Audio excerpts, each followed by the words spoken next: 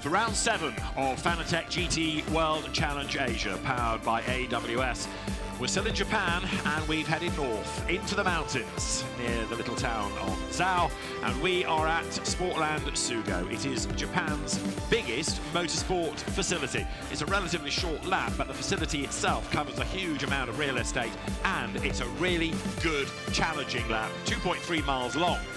It's narrow, it's twisty, it's got quite a bit of elevation change, and it's the first time the championship has been here.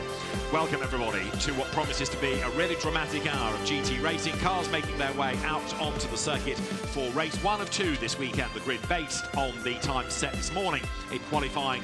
Then it was dry. Now we're looking at a circuit that is a bit damp. We've had rain, not that heavy, but rain to a fair degree over the course of the afternoon. And there is more forecast as well, so we'll find out exactly what is going to change before the end of the hour, if anything. David Addison trackside and down on the grid with perhaps more news about what the weather has in store and indeed what the track surface is like is Amy Izawa. Thanks, David. Sportsland Sugo e yokoso. Welcome to Sugo. So when we speak of this circuit, we always mention the demon of Sugo, because here at this unique track, there's always something that happens. But hopefully today the demon keeps his claws hidden, because this weather today is so unpredictable. It's starting to drizzle again. If you look at the main straight, there is half dry and the other half is wet. So I wonder what the teams are thinking of the tire strategy. So that's something we should keep an eye on. Back to you, David. Amy, thanks very much. Yes, Mamono is the devil who lives in the Sugo woods. Whether that was him or something else that I saw running across the circuit yesterday evening, well, couldn't tell you, because the devil, if it was him, hid quickly. But one thing that is going to be a devil is guessing the weather, and especially given that the first stint today is going to be done by the AM, you want them to feel as comfortable in the car as possible. Track temperature 27.4 degrees, so it's cooler than it was for qualifying, for example. The humidity 74%, and the wind speed has picked up a little bit compared to what we had at the start of the day. So the weather is changing, and it's not changing for the better. And people were saying to me at lunchtime, when it rains, it's going to rain all day. Well, it's come and gone, but there is more rain potentially on the way. However, let's stop being British for a minute and talking about weather conditions. Let's learn more about this Sportland Sugo facility. Your guide is Tom Hornsby. 6 races down, 4 more to go. Hello and welcome to Sportsland Sugo, which this weekend hosts round 7 and 8 of the 2022 Fanatec GT World Challenge Asia, powered by AWS campaign. But how much do you really know about Sugo? Yes, it is of course in Japan. Stages Super GT every year, and that's probably about it. But there's way more to this place than that. Come on, let's take a look. Firstly, and this might surprise you, Sugo is Japan's largest motorsport facility. The 2 million square metre venue is located towards the northeast of the country in the mountainous Miyagi Prefecture. It was built by Yamaha in 1975, since when Sugo has regularly welcomed a variety of domestic categories. However, it rarely attracts continental or international series. Indeed, the current 12-turn, 3.7-kilometre circuit that was first used in 1987 last hosted a major overseas event 20 years ago, when the FIM Superbike World Championship made its final appearance here. The track itself is initially quite narrow, with a technical and undulating first sector. It then gets progressively faster as the lap evolves. Just look at this mega banked final corner, which gives way to a drag uphill, over the crest and on to the start-finish straight. Sugo therefore represents something of an unknown quantity for Fanatec GT World Challenge Asia's international teams. Instead, it's the local outfits and drivers, like our Fanatec Japan Cup entrants, armed with a Super GT and Super Taiko experience, who should have the upper hand initially. And it's 2 of those teams, Carguy Racing and Yagibo Racing, who are trying to prevent Prince Jeffrey Ibrahim and Nick Foster from clinching the driver's title on Sunday. Mathematically, it's unlikely to happen, but 888 JMR's 99 Mercedes-AMG holds a 30-point advantage with 100 still available for winning this year's final 4 races. So that's Sugo, and you can see it for yourself this Saturday and Sunday with live coverage on SRO's GT World YouTube channel and J Sports in Japan. And tomorrow in our build-up for round 8 of the championship, we'll have a look at the circuit from the driver's eye view. This is the track map, 12 turns in total. At the start straight, climbs, and then you've got that double apex right of turns 1 and 2, that first hairpin. From where you start to drop downhill, turn 3 was where people were losing times for track limiter fences this morning. Drop down to the hairpin corner as it's known, and then you get up to the S's at the end of the first section of the road climbing. So turn 7, the next sharp right, is known as high point corner. It is higher than turns 1 and 2. Drop down to 8, onto that back straight before towards Rainbow Corner, and then the road continues to drop downhill. The real dip is halfway, if you like, into the last corner. You go down and turn, and then it climbs and it climbs and it climbs, and it is ever so steep, believe me, on the run up towards the start and finish line. So the circuit then is all good to go. We are ready to welcome GT cars to the grid. It's damp offline, but it's still drier than people were fearing. So round 7 coming up. Before we get into that, let's just remind ourselves what happened last time out. Race 2 at Fuji was the last stop for the championship. Your guide to that is Bruce Jones.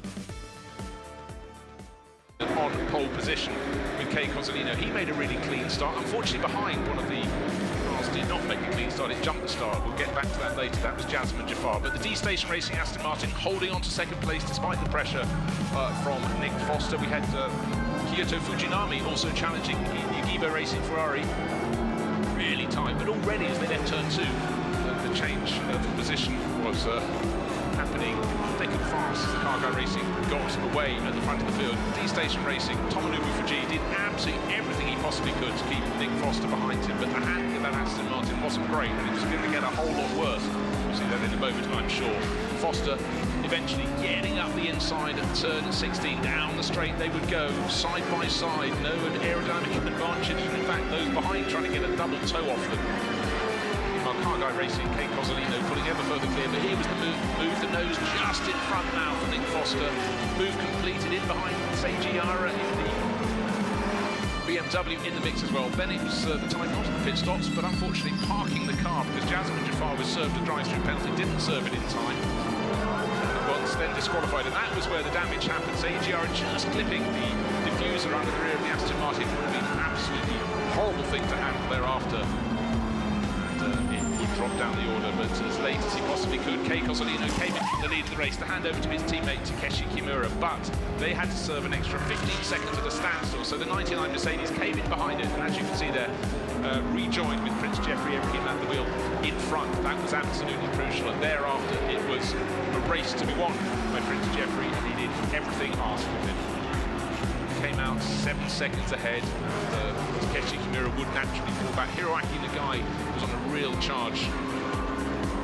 There he is, pushing on, pushing on. Of course, he was helped with the BMW that clipped the back of the Aston Martin, had to come in and serve an extra time in the pits. That dropped it down the order. But for Car Guy Racing, Takeshi Kimura, he just had to hang on, but it got incredibly close at the end, as you will see. Eventually just held on to third place by 0.1 of a second, but no problems at all. Victory safely in hand by nearly 8 seconds by Prince Jeffrey Ibrahim, coming past the checkered flag. And to the delight, not only the driver on the wall, Prince Johor, but the driver on the pit wall there, Nick Foster, who started it, and that tells the story. They are back on track. And so let's just then remind ourselves how we stand in terms of the championship coming into this race. It is Jeffrey Ibrahim and Nick Foster who, depending on what they score today, could clinch the title tomorrow. We hope it would go down to the wire in Okayama, but they do have a big advantage over Kei Cozzolino and Takeshi Kimura, who have out-qualified them for race 1. Then the Amson, Naoki Yokomitsu ahead of Hiroaki Nagai and Yuta Kamimura, with Adrian De Silva, Earl Bamber next, and then the combination of drivers that will line up on pole position for this first race, Kandati Kusiri and Tana Satrin-Tirakul, they are 6th in the standings. And in fact, a word about their teammates, Reid Harker and Setiwan Santoso, because they were also very rapid, particularly Reid Harker, in the practice session yesterday. So then, the rain yet to continue to fall, if we are going to get any more.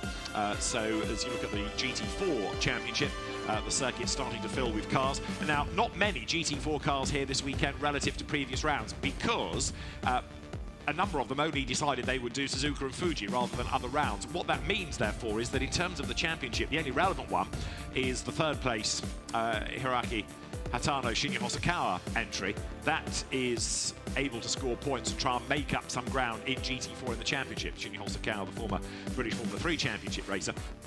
But we'll keep an eye, of course, to what promises to be a really good GT4 fight because we had a really different look to the qualifying order at the end of the first and the second sessions. Of course, qualifying has different drivers for the qualifying periods.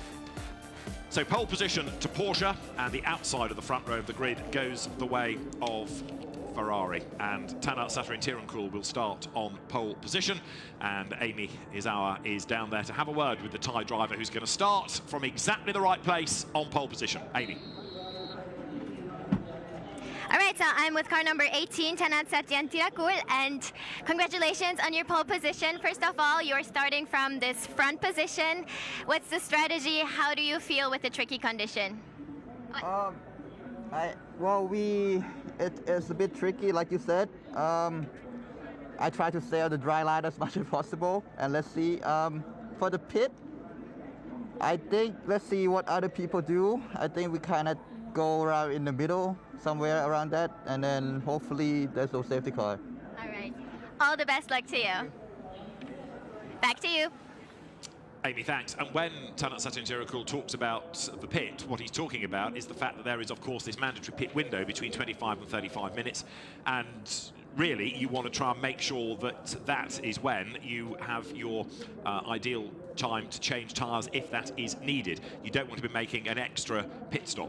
90 seconds the pit stop time for a GT3 car, and it is 125 for a GT4. Well, one driver that's got a lot of work to do, having been in strife in qualifying, is Hiroshi Hamaguchi, and he had damage in Q1, didn't do Q2, or the car couldn't do Q2, and Amy caught up with him earlier to find out why. So I'm in the pit of car number 19 with Hiroshi Hamaguchi, the only Lamborghini competing.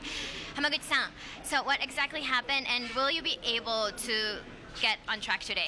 I think we should be able to race this afternoon, but what happened was before the quali starts, car number 2 put me into the wall of the pit lane, and the car was damaged, so we couldn't really put our effort into the truck in quali. And at the end, I had to put my car into the wall, so too bad. Huh? All right, so hopefully you can race this afternoon, but at the same time, you will be starting from the back, and because this is a very narrow circuit and very hard to overtake, what is your strategy around taking over? Right, it's going to be really tough. I mean, yesterday we only did 4 laps, and we don't really have good car this weekend, so all we can do is just drive, concentrate, do what we can do step by step, and we'll see what's going to happen. All the best luck to you. All right, thank you. So Hiroshi Hamaguchi with work to do, starting 14th, and as you've just heard, he's not 100% convinced that this is going to be an easy race for the Lamborghini Huracan. So down there, you're looking at the back stretch down towards turn 9. A quick reminder of what the circuit looks like. So the corner you're looking at is the one that leads them onto the back straight. So you've gone through the intermediate one, turn right again, and then drop downhill, speed building. And at the end of that is the horseback corner. There's a little kink, and then into the horseback corner itself before you get to the very fast double apex left, heading you towards the end of that second sector of the lap. Round 7 of Fanatec GT World Challenge Asia, powered by AWS, then is just moments from getting underway. The race director has declared the road wet, therefore wet tyres can be used, and what that also serves to do is put the onus on the teams to make the correct tyre choice. It is down to them, and there is the race director, Ravin, getting ready to send the cars away for the start of the race. Now, had it been wetter, I would suggest that there would have been a second formation lap, but I don't think we're going to get that. I've not been told of any. It's not been on the timing screen, for example, so I think it's going to be a conventional rolling start, just the one lap before the race gets underway. All those Toyotas, the GR86s, are here for a support race. That's why that little area in the inside of turn 1 is absolutely full. The pace car, as it is, sets off, and in a moment then the race cars will be allowed to blast away and play catch-up, ready to make their way down to turn 1 and get some warmth into the Pirelli tyres. There's the green flag then, so the race control team supervising the start of the race. And it is Tanat Satarin-Tirankul starting on pole position. Naoki Yokomitsu with him in the Yogibo Racing Ferrari at the front. The second row is the D-Station Aston Martin of Satoshi Hoshino, and the Car Guy Racing Ferrari lining up fourth in the hands. There it is, the bright yellow car of Takeshi Kimura, double winner this year. Then you've got Tadao Uematsu in the McLaren and Tomohiro Yamaguchi's BMW on the third row. The fourth row is Abu Ibrahim in the Mercedes and Yusuke Yamasaki's Honda alongside. So Tanat Satoru Tirakul versus Naoki Yokomitsu. On that front row, the hugely experienced Satoshi Hoshino and Takeshi Kimura, winner at Suzuka in race 1 and Fuji in race 1. They are on the second row. The third row is where you will find number 2, the McLaren in the hands of Tadao Uematsu, the team owner, and Tomohiro Yamaguchi in the BMW, the new for this year, M4 GT3, a car that is on the front row, in fact, for race 2. The fourth row is 888, run by 888, of course, and His Highness Prince Abu Bakr Ibrahim, Abu Ibrahim for short, is the man that will do the first stint with the Suzuka race-winning Honda alongside, this one being started by Yusuke Yamasaki. David Pung went off in qualifying, but the Audi should be there for 9th on the grid, and 10th is Hiroshi Koizumi in the SRO Motorsports McLaren that he shares with Kaita Sawa. 11th on the grid is where you'll find number 60 of Kei Nakanishi, and it is Jeffrey Ibrahim, number 99, championship leader, a long way back after an engine change, and still issues with the engine, we understand, starting 12th ahead of Sekiwan Santoso, and a frustrated Hiroshi Hamaguchi next on the grid. 15th is AM champion-elect Andrew McPherson, and 16th newcomer out of Super GT, Notohiro Ogura, lining up alongside. Then you get to the GT4 cars. Masayoshi Oyama will start the Toyota alongside Brian Lee's Mercedes AMG GT4 with Hiroaki Hatano, who's had a win this year, and then Masaki Fuji at the rear of the grid. So the cars now make the run out of that final curve up towards the timing line, get themselves in the Noah's Ark formation 2x2. The pace car does peel into the pit lane, so we are good to go racing to get round 7 of the championship, race 1 of the weekend underway in Fanatec GT World Challenge Asia, powered by AWS. The Porsche on the inside line of Tanat Satoru Tirakul, the Ferrari alongside of Naoki Yokomitsu. The lights go green, a good start by Hoshino in the Aston, a bad start really by Satoru Tirakul, wasting all the hard work of qualifying there. 4 wide for second into turn 1, and drama, the Porsche gets tagged sideways. McLaren into the side of him, others go cannoning in, and one of the 888 Mercedes involved in that now. Was that 888 or 99? If it was the championship leader's car, then big strife for them straight away. Let's see, it is the Yogibo Racing Ferrari ahead of the Car Guy entry. In third place, you've got the Honda then, so Yusuke Yamasaki getting himself ahead of Satoshi Hoshino, but all the drama is down at turn 1. Cars trying to get themselves back into the race and back up and running as the cars then drop down towards turn 8 for the first time. And as they do so, the 2 Ferraris, having made good their escape, getting away from the opposition. David Pern is at the back of all of this in the Audi. On the tail there, number 5, the BMW of Tomohiro Yamaguchi, as they come downhill for the first time then. But hopefully the yellow flags that were needing to be shown will have been withdrawn, and cars have got going again from turn 1 as the Ferraris tiptoe their way, avoiding the damp part of the circuit for the first time now, coming up from horseback corner towards the so-called SP in, the first of the 2 left-handed elements, then left again, speed building as they drop downhill for the first time. Yokomitsu leading, Kimura is second, in third place Yamasaki, Hoshino is 4th in the Aston, 5th Yamaguchi in the BMW, 6th is Pun in the Audi as they make the climb uphill. In 7th place Tadao Uematsu in the McLaren, and then in 8th place it is Hiroshi Koizumi in his SRO Motorsports Porsche as they come across the line. Yamaguchi on a mission to go third at the expense there of Hoshino. Couldn't quite do it as they went down towards, 4th place, couldn't quite do it as they went down towards turn 1, but it was a big long look as he done so now. Not quite, Hoshino fends him off, and now David Pun trying to make amends for his dramas in qualifying, coming back at the BMW. So Yokomitsu leading at the end of the opening lap, and the 2 that were delayed were Satoru Tirakul, and there with damage, look, going over the line, 888. So that's the answer to which of the Mercedes it was. It was the Abu Bakr Ibrahim car, and you can see the damage on the front of it with a headlight gone and the splitter dragging on the ground. That car surely is going to have to make a pit stop at the end of the lap, and he locks up, goes straight on. So off the road goes the Mercedes, just as we cut to the replay of the damage from earlier on. But there with the splitter on the ground, and I suspect suspension damage underneath as well. As soon as Abu Ibrahim braked, they're going towards turn 4. The car went straight on, and he's in the gravel. That's where it's ended up. He's trying to get himself out, as you can see. Don't try and turn, just go backwards. But no, I think now he's got stuck, hasn't he? He's trying to just roll. He should have rolled it backwards. He's going to try and dig himself out, and stops again. The danger is you dig yourself deeper and deeper into the gravel. The race direction team are keeping a look on this because they are fearful of a stoppage. But if he'd have just reversed, rolled it back down the hill, I reckon he'd have been out of the gravel. But by stopping halfway down and trying to turn, it's all gone wrong, and this could end up being a safety car. Let's have another look at how it all happened. So Satrin Tirukul is just slow away. The lights have gone green, and the car does not pick up at all. They go 4 wide, and then here he does sort of respond. Brake late, he gets possibly a touch from 888 on the inside, but either way, as the Porsche then spun across the road into the side of him, went 888, and that's done enough damage to put the car, first of all, into a reduced pace, and now into the gravel. And I rather do fear that if we are going to have to interrupt things, it is because he didn't roll the car back. He saw the driver stop, and Abu Ibrahim tried to then fire it up and drive forwards out of the gravel. So it's a double waved yellow to try and cover that issue at turn 4. We'll see whether it develops from there. Race leaders then work lap 3, and up front is still number 27 Ferrari in the hands of Naoki Yokomitsu. The advantage he had last time was 5 seconds, and we are going to have to go safety car as predicted. Safety car will be deployed this time, so the safety car's coming onto the circuit. The race will be neutralised, and that 5-second gap I just mentioned is going to disappear. There is the Toyota GR Supra safety car. Out onto the circuit it will now come, and will scoop up the race leader. And this, of course, always bad news for those that were trying to build up any sort of a gap.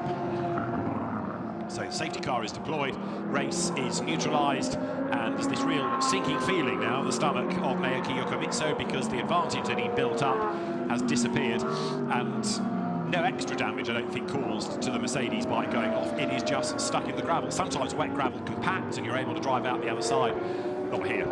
And so that car stranded off the racetrack and needs to be retrieved. So the 42-year-old Naoki Yokomitsu, the man from Kanagawa, former Formula 3 racer, drove in the Bahrain and Macau and Korean Super Prix Barry Bland races. He leads the way, winner of the Kuala Lumpur GT City Cup back in 2015 for Lamborghini, but in the Yogibo Racing Ferrari, he leads the car guy racing entry of Takeshi Kimura. They're in 3rd place, the Honda, which has Yusuke Yamasaki behind the wheel of it, then Satoshi Hoshino's Aston Martin. In 5th place is the BMW in the hands of Tomohiro Yamaguchi, and then David Pern, after his dramas in qualifying, going off the road, doing a good job of recovering. So rather concerned faces at 888, as their 888 needs to be retrieved, but it's lost now 2 laps. It's as good as out of the race. Even if it continues to circulate, it's going to be so far back, it'll struggle for points in class. But out of the GT3 reckoning, if they can get it back in the race, it's able to score points in Pro-Am, where it currently is 9th. There's a possibility. There is the second driver of the car, Jasmine Jaffar, the Malaysian, looking deeply frustrated, knowing that another opportunity for a race winner's got away, but hopeful they can get the car back out, because if Abu Ibrahim can keep circulating, it all helps learn the track, get more confidence for tomorrow's race, where Jasmine Jaffar will be the start driver. So the field turning through. Now, what progress after the dramas for Tanat Satrin Tirukul when he's caught up and got himself through the GT4 traffic. Also cleared a couple of GT3 cars to 14th, and now, with this safety car period, of course, gaps come down yet further, so he's back at the races in a sense. There is Satrin Tirukul on the tail of the sister car of Satawan Santoso, and the safety car leads them across the line. They will try and do as few laps behind the safety car as possible. In other words, get this clear-up operation done quickly, but you're always at the mercy of the marshals and how quickly they and the recovery team can get the car out of the way. So that's the race leader. Have another look at the start. Keep an eye, this time around, on 7th on the grid, the 888 Mercedes. So as the race gets underway, Abu Ibrahim brakes late, I think I'm right in saying, comes diving up the inside, touches the curb, and that in turn, did it fire him slightly towards the Porsche? So the net result is damage on the front right corner to the Mercedes. The Porsche, amazingly, despite the time lost and being T-boned effectively, has got away relatively lightly with that. You can argue that the 888 team could have called Abu Ibrahim in at the end or midway around that first lap to look at the damage rather than keeping him out there. It matters not, it's in the gravel, it's all become academic, and that car, certainly as far as this race is concerned, is well out of contention. So, right now, the driver's jinking left and right, trying to keep the warmth in the Pirelli rubber, trying to keep the pressures up, and there is Takeshi Kimura in second place. Just a quick look out of the window, there's no rain falling as yet, despite the damp nature of the circuit. Of course, you've also got the AMS on a slick tyre here, so maybe that was partly why Saturn Interior Cool was a little bit more cautious away from the line compared to others, why also one or two of the cars were a bit more unstable on that first lap. In the background, Porsche number 51, which should win the AM contest in the championship this weekend, the AMAC car of Andrew McPherson himself and Ben Poulter. Stalwart sports car and GT racer is Andrew McPherson. And what's going on in GT4 right now, there are the four battling, and it's Toyota ahead of all the Mercedes. The incident is being investigated from the start. The other car that was involved in it supposedly is the Aston Martin of Hoshino, but I think that was far enough ahead to not really be a factor. Either way, that's going to be looked at as well by the stewards. It's not to say that anything necessarily will be given as a penalty, but let's go and have a look at what happened and see whether anybody does have a case to answer. There, the Yogibo Ferrari then leads them round. When the lights go out on top of the safety car, you know that it's due in at the end of the lap. We can go racing, and it's going to be one more as they come past the chicane. And then back onto this steep climb, up the hill, up the hill, up the hill, over the brow under the Dunlop arch, and then over the timing line once more. The yellow lights continue to flash as Yokimitsu and Kimura then head this Ferrari 1-2. And the progress of Tanat Satrain-Tirancourt before he gives way to Kantati Kusuri is going to be interesting now, seeing that, as I say, he's caught up to the rest of the GT3 pack.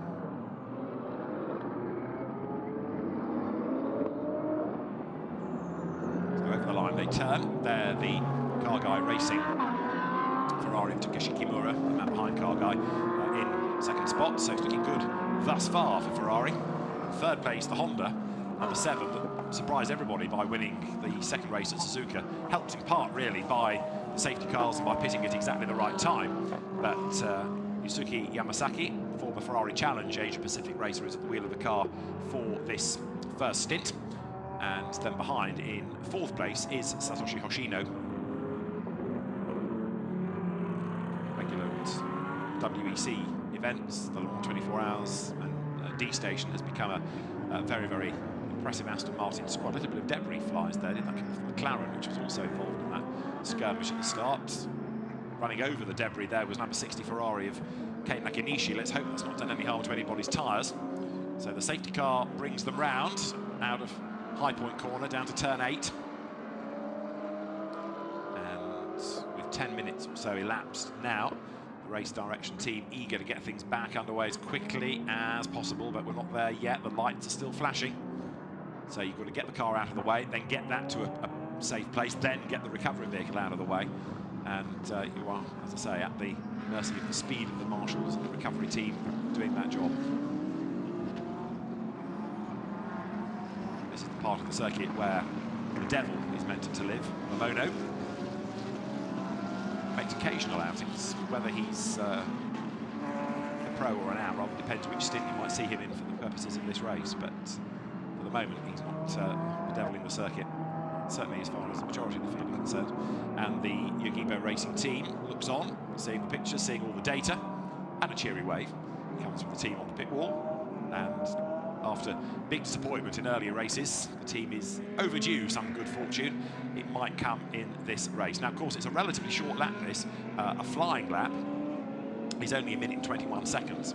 So it doesn't take long to come all the way back round and lose another lap while the recovery work is still on. So the field comes through with the race-leading Ferrari of Naoki Yokomitsu down towards turns 1 and 2. Takeshi Kimura in second place. And those Ferraris already managed to build a gap over the slightly more circumspect Yusuke Yamasaki in the Honda NSX, because that in turn has just dropped away by a few lengths, but now starts to catch back up again as they drop downhill. So we await news as to the restart. with these being the AMs, in many cases the slower driver in first, you can anticipate that they will pit at the start of the window. But if the weather is threatening to change, you might want to keep him out so that you pit later, and therefore you've got the ideal opportunity to only pit once. If you pit at the start of the window and then the weather changes, then you're going to have to pit again. If you leave it a lap or two and try and find out what the weather is up to, then it might stand you in good stead.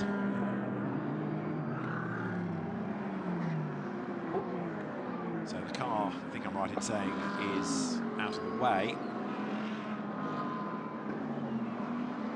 And the field all bunched up.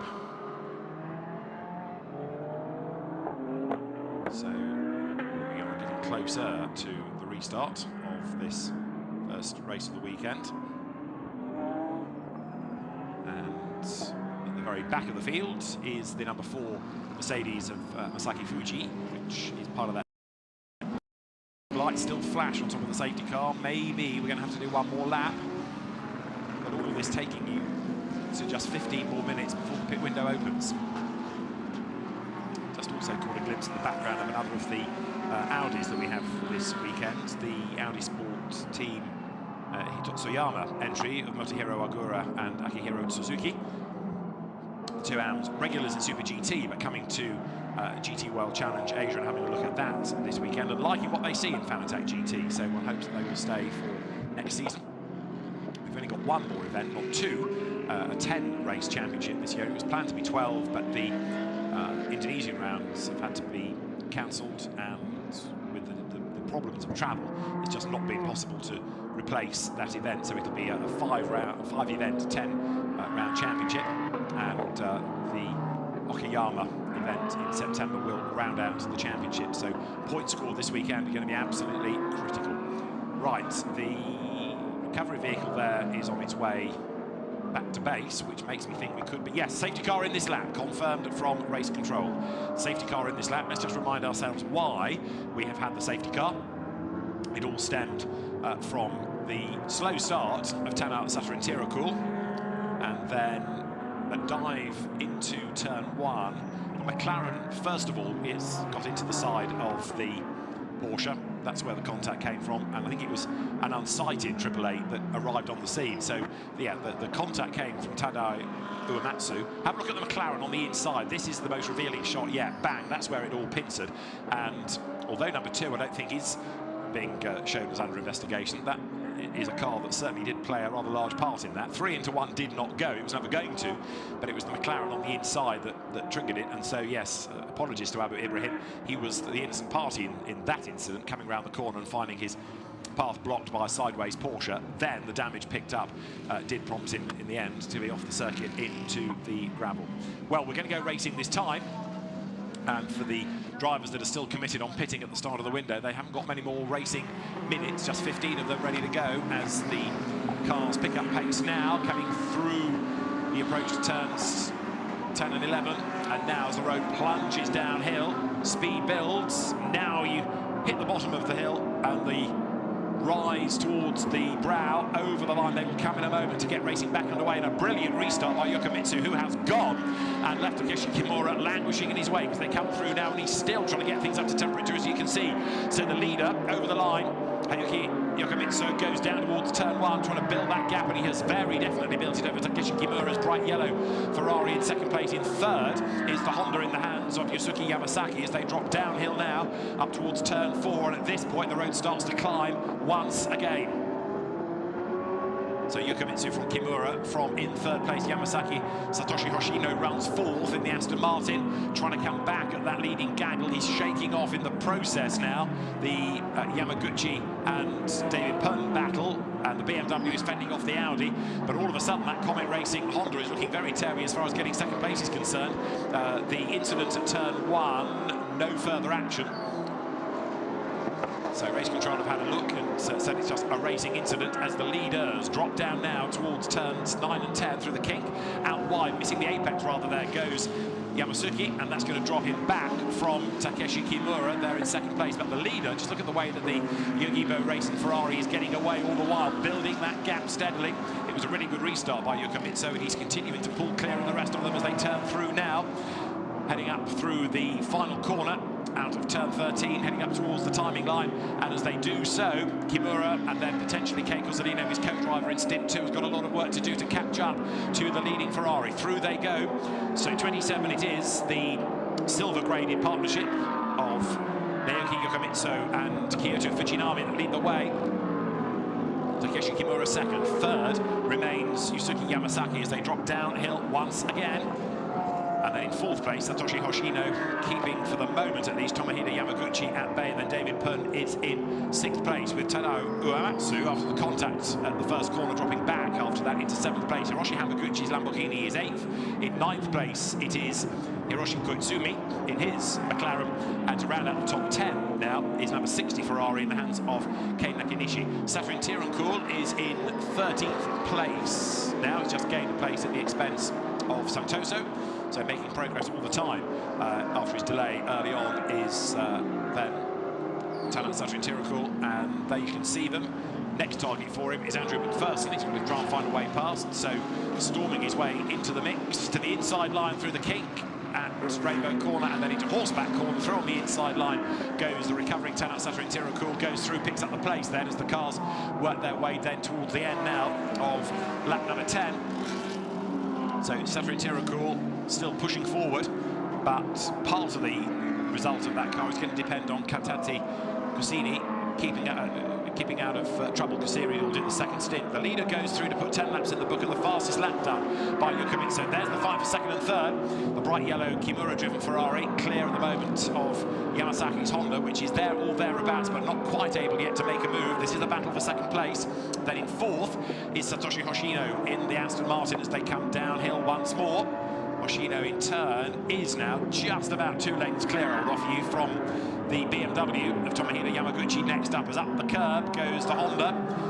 Yamasaki all over the rear of Kimura's Ferrari. And Kimura does not want to have to fight here and delay himself. He doesn't want to get distracted by all of this, but I'm afraid to say distracted he is. If he has to defend, he's going to go slower. He's going to be taking the more defensive lines, and that's going to play right into the hands of Yokomitsu in the lead of the race. Hoshino there in fourth in the background, ahead of Yamaguchi. Then sixth is David Pun. Seventh, it is Uematsu in the McLaren, and he's got Hiroshi Hamaguchi right up with him now in eighth place, having started 14th. So Hamaguchi having a red-hot go, and so also there, attacking Jeffrey Ibrahim, is Tanak Safrin Tirancourt. The Porsche squeezes up the inside line at Horseback Corner, but now he's on the outside line for the next left. So Ibrahim in 99 Mercedes keeps the place. Now switch of sides, Safrin Tirancourt is all over him like a rash, but Ibrahim is just, for the moment at least, able to fend him off. But you get the feeling it's going to be when, not if, Safrin Tirancourt finds a way past. Here they come out of turn 12. The Porsche perhaps looking a little bit more committed.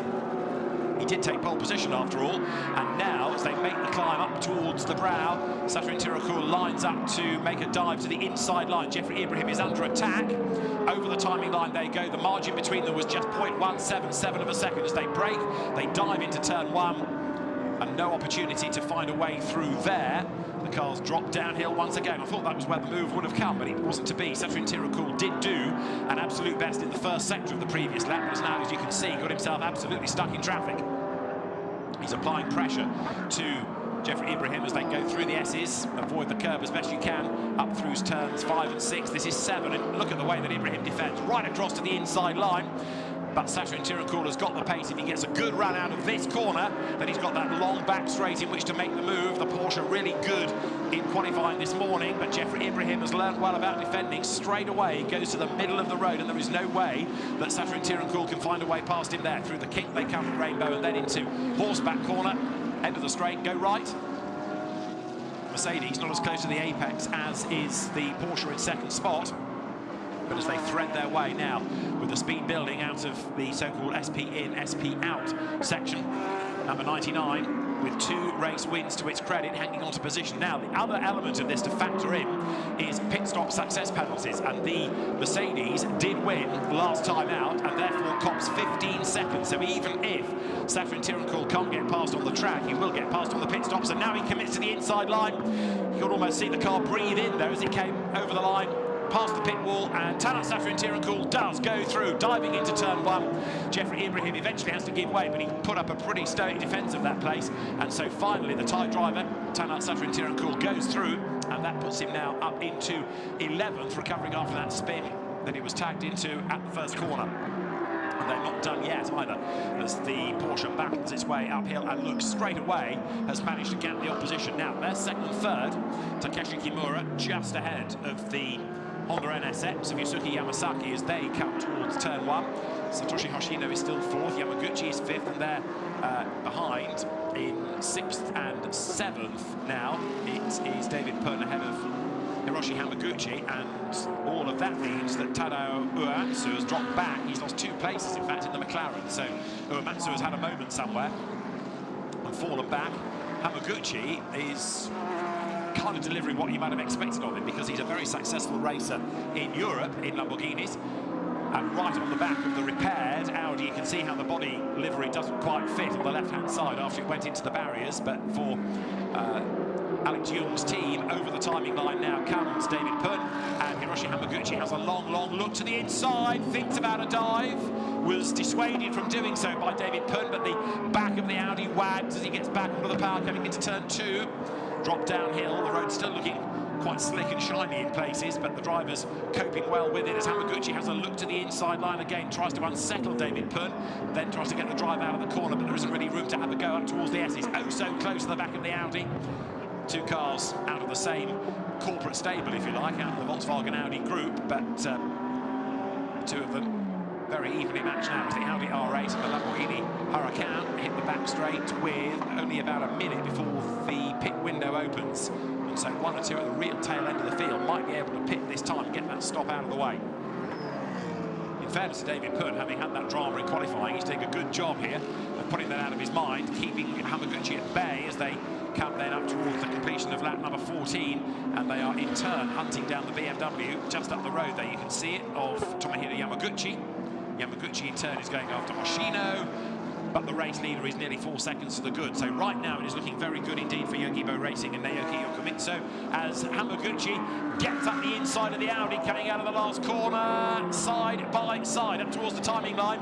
This is where you'll find who's got the heavier right foot and the biggest whatnots, because late braking for turn 1 is going to be called for, and David Pern on the outside line is going to have to give way. Surely he does. Hamaguchi goes through and gets the car slowed down and takes the place. So Hiroshi Hamaguchi goes 6th at the expense of David Pern, just as the pit window is set to open. Downhill they drop now towards turns 3 and 4, up at 7. There's the leader.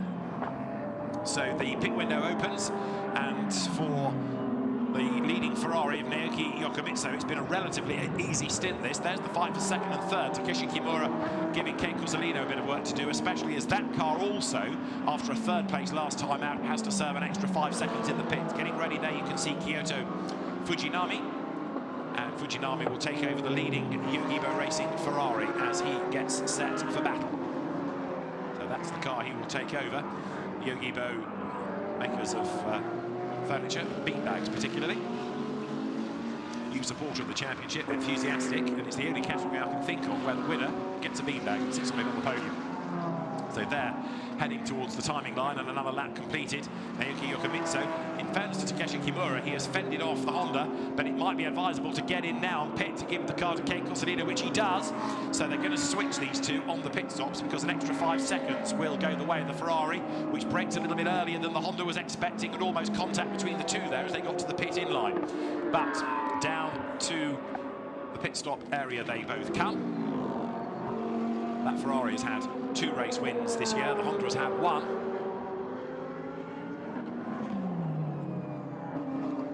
Hoshino is into the pit lane as well now, and also Hamaguchi has got himself up past Yamaguchi's BMW. So Hiroshi Hamaguchi is absolutely charging. Out gets Takeshi Kimura. In gets Kei Cozzolino. The team has got to make sure the pit stop release time is absolutely dead spot on here. Otherwise, they're going to be in strife, no question.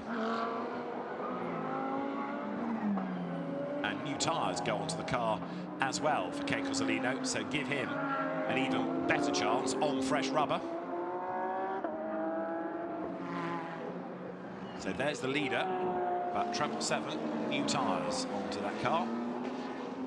Will be absolutely crucial once Cozzolino gets on board, and as you can see, they are maximising what he can do because he's into the car relatively early. First available opportunity is here. Number 27, Naoki Yokomitsu comes up towards the timing line. Bales goes for the pit lane. So in comes the Ferrari. The bright blue Yogibo racing car slows for the pit stop speed limit line. Goes through that little chicane, also put in to make sure that people are slow as they come into the pits. And now will stop outside the pit box. Around the car rushes Kyoto Fujinami to get on board. Fujinami helps with the pit stop. Bright blue car, natty boots to accompany.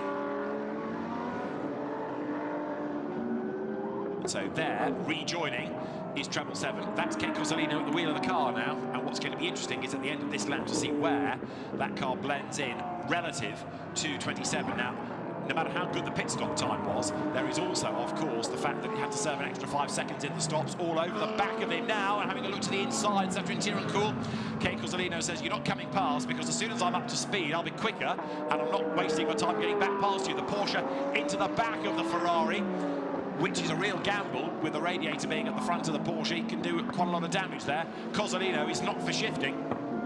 He's fresh into the car. He's on a brand new set of tyres which have yet to be brought up to temperature, but he's racing for the win here and goes deep into the corner. Cozzolino gets put off the apex, but he'll fight back on the inside for the next left-hander, and he goes back through, retakes the place. Now Sefri and Tirankul switches sides, has a look, can't do it. So both are delaying the other here. They're not racing each other in real terms right now because the Porsche owes us a pit stop. Cozzolino has made his pit stop. He's trying to race 27 and get away from 18, the Porsche, the red and white and black car behind. Now Saturin Tirankul comes into the pit lane, so that phony fight was all for nothing. Going through behind is the Aston Martin. So into the pit lane comes Talat Saturin Tirankul, and behind Kei Cozzolino now is number 47 in the hands of Tomonobu Fuji. So Talat Saturin Tirankul comes through. You could argue a rather wasted stint that for various reasons, seeing that he wasn't able to really capitalise on pole position. His co-driver, Kantanzi Kusiri, rushes around the car, ready to jump on board, help with the pit stop. And also tyres going on that car, and a rather smoky car heading for the pit lane. Now, is that the sister Porsche? It is, that's number 8 then, so that is Setawan Sanchozo coming in.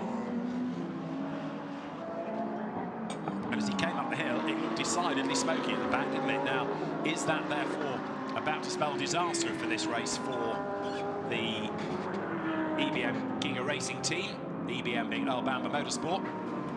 I think that's the end, because there's no urgency about the pit stop. So, yeah, Reid Harker walks away, and out gets Setawan Sanchozo, and that rather looks like it's the end for him. Trudges to the garage, and Sanchozo out of the race. Number 7 Honda is under investigation for crossing the demarcation line at the pit entry. As you look at the man that now leads the way, yet to make a pit stop, and it's Hiroshi Hamaguchi then, who is currently the race leader. There, Treble 7 stays ahead of the Honda on the pit stop, so that order has not changed. Now we need to see where Cozzolino is in relation to number 27, now with Kyoto Fujinami at the wheel of the car. As Fuji gets up the inside of the Honda, goes through, that's the position. So the Aston Martin goes ahead.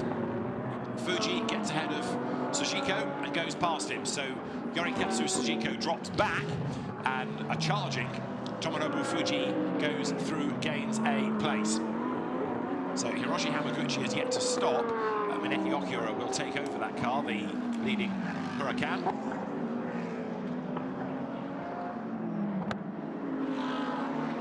And there, Tomonobu Fuji is doing a very good job just taking over that car from Satoshi Hoshino as he comes now into turns 11 and 12. So Tomonobu Fuji in the D-Station Racing entry comes towards the end of a lap, and the Honda, now with Sujiko at the wheel, is going to get a drive-through penalty. It was Yamasaki that crossed the line at pit-in, but now we've had the driver change. I'm afraid to say it is going to be Sujiko that cops the penalty.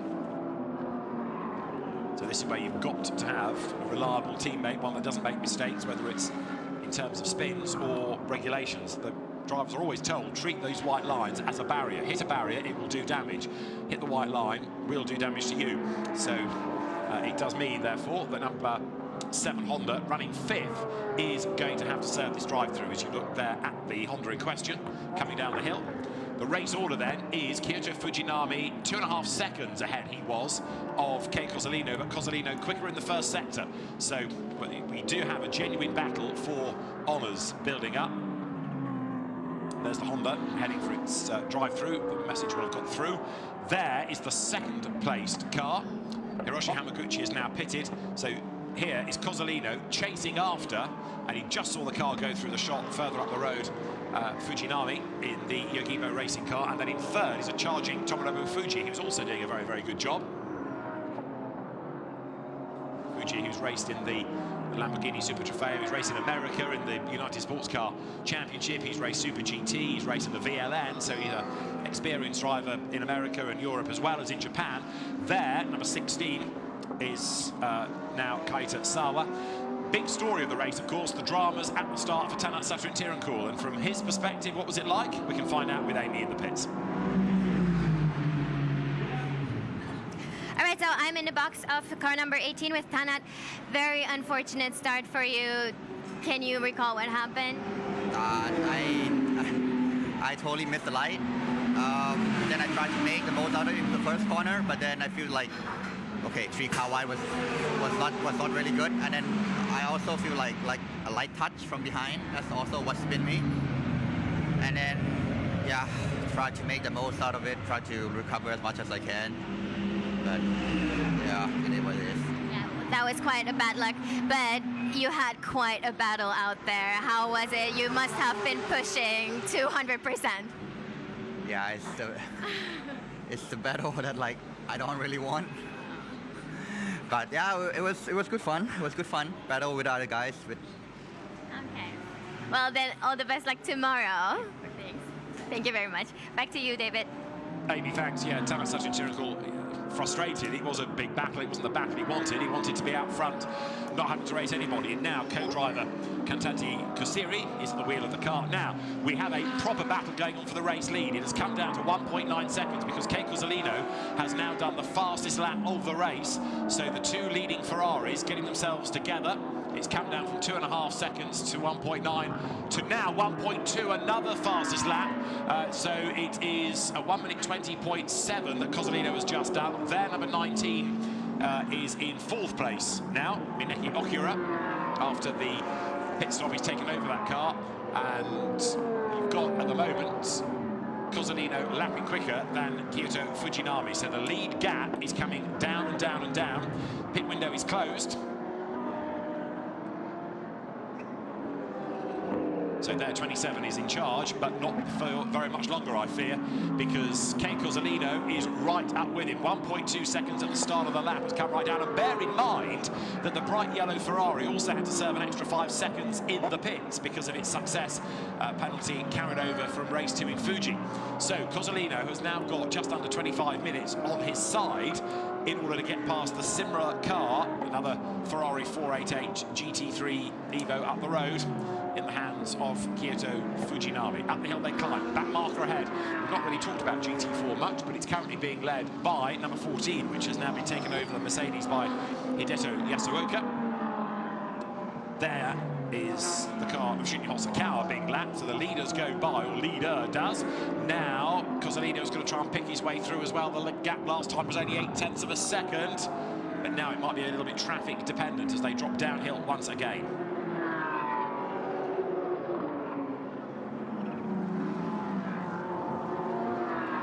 Out of the air, so the road keeps on climbing.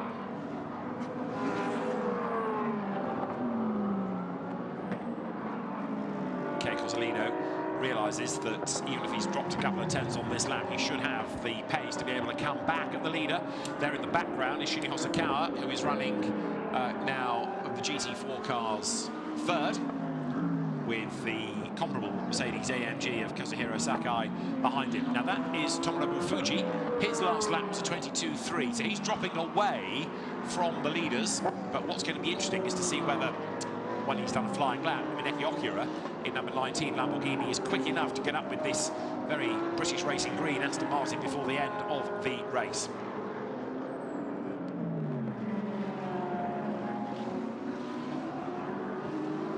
leading Ferraris up towards the line. The other car of note in 11th now, Nick Foster in the championship leading 888 Mercedes, is taking it over from Jeffrey Ibrahim. Leaders go by, the gap down again, 0.4 of a second. It could be this lap in which we get the change of lead, because Cozzolino there in the bright yellow Ferrari has been about 3-4 quicker per lap. He's brought the gap down and down and down and down and down, and he's almost there on the back, ready to pounce. Up the hill, into the S's they come. So 27 still just holds sway, goes through the left and right flick. You can see how much effort Cozzolino is putting into this, because the car a little bit ragged as it heads up onto the curb, bounces back onto the circuit.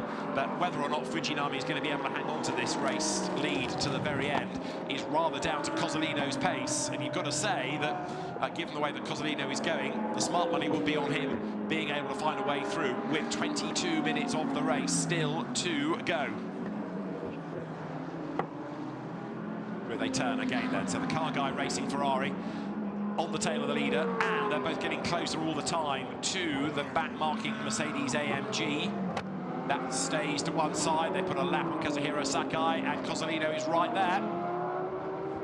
Turn out of the last corner, as it's called, for obvious reasons, up the hill, and the lead battle is absolutely on. Both Ferraris right up to the white line. Up the hill, it's all about momentum, this section of the circuit, and through goes the leading car, Fujinami ahead of Cozzolino. Kei Cozzolino, winner at Suzuka, winner at Fuji. They've got a bit of a habit going of winning the first race of the weekend, and it might be happening again here. So downhill they drop, win the first race, you carry 15 seconds into the second. So that's why the results are hard to sort of break from there. But right now, treble 7 in the mix, flicks through the chicane, and Kei Cozzolino, the Italian-Japanese driver, former Formula 3 racer, he's done some Formula Nippon, came to Europe to race in Lamborghini Super Trofeo, and puts a lap there on the number 71 Toyota Supra, which has now got Masayuki Ueda at the wheel of the car. Next target, the Audi. That's a GT3 car of Akihiro Suzuki. But Cozzolino, very, very accomplished driver, both in Europe and over here, of GT cars. He's right on the back of Super GT champion Kyoto Fujinami, and the change of lead is absolutely imminent. 91, which is Sean Tong in 5th place, being warned about track limit abuses now. Leaders both get past the Audi, flash past, and now make the climb uphill. So out of the final corner, speed building, head up the hill, and Cozzolino has just lost a couple of lengths, hasn't he, in his quest there to get onto the back of the pale blue Ferrari. Through they go once more, and the margin last time, 0.3, gone up to half a second this time, but it's still looking as though Cozzolino is working out when best to strike.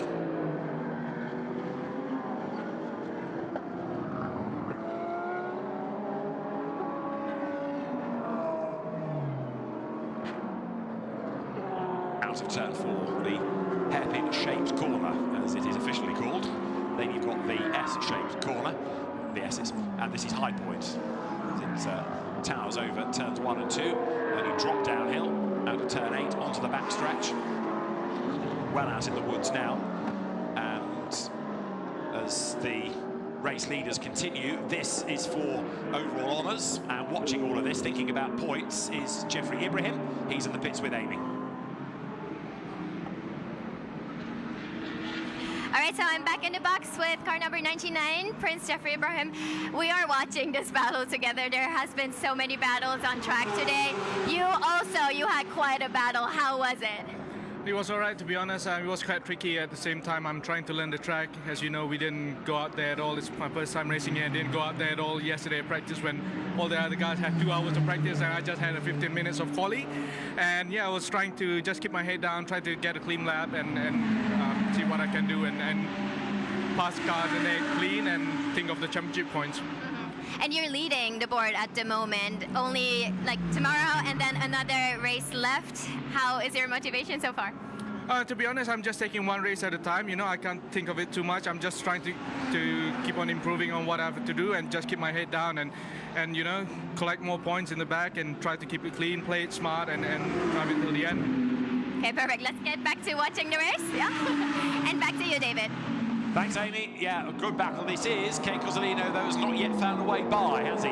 Jeffrey Ibrahim, just to finish that point, did have the engine failure yesterday. He went off, damaged the sump, oil came out of it, and therefore, with oil all over the road, there wasn't much to help the engine, and therefore it seized and had to be changed, and that lost them the running of Friday. So that's why he's behind the 8 ball in terms of knowing the circuit. Kei Cozzolino, though, is right there on the tail of the leading Fujinami-driven Ferrari. So comparable cars, different teams operating them as they come now with the Honda after its drive-through just up the road. So you've got now Yorikatsu Sujiko, who's going to go a lap down. There in 3rd place, Tomonobu Fuji, he's falling quite a long way back. Now Saiji Ara is in 4th in the BMW and is not lapping as quickly, strangely. So Fuji here is a bit in no man's land. He's not being caught, he's not catching.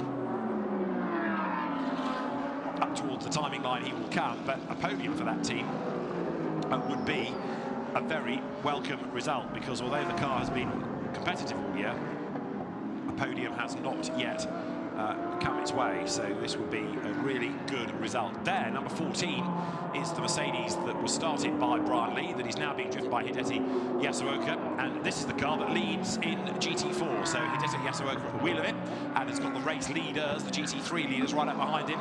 Yasuoka, who 20 years ago was racing in the UK in Formula Ford, and now the 2 Ferraris try to pounce. Well, first of all, Fujinami gets past him. Cozzolino dives through as well, makes that move stick as they come to the end of the back stretch. Now down towards the kink at Rainbow Corner, and then into Horseback Corner, this corner here. So still, Cozzolino looks like he's got the pace, but he just can't find a way by. Those two absolutely together. This is the run now towards that last corner.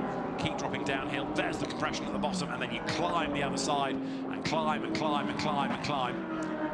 And you just got to be absolutely committed and absolutely flat to that corner to get the most out of it, because a slow run up the hill compromises the lap you're on. It compromises the next one because it's a slow start down towards here, turns 1 and 2. That leading margin, 0.409 of a second as they go by.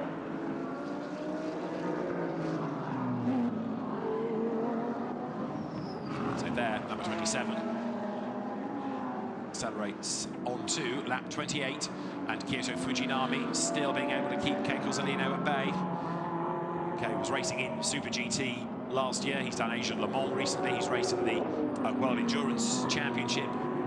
Very, very successful within the Lamborghini Super Trofeo, whether it was in Asia, being a Pro-Am and a Pro champion, whether it was in Europe, in which he raced and took race wins, but he is, as yet, unable to find a way past Fujinami.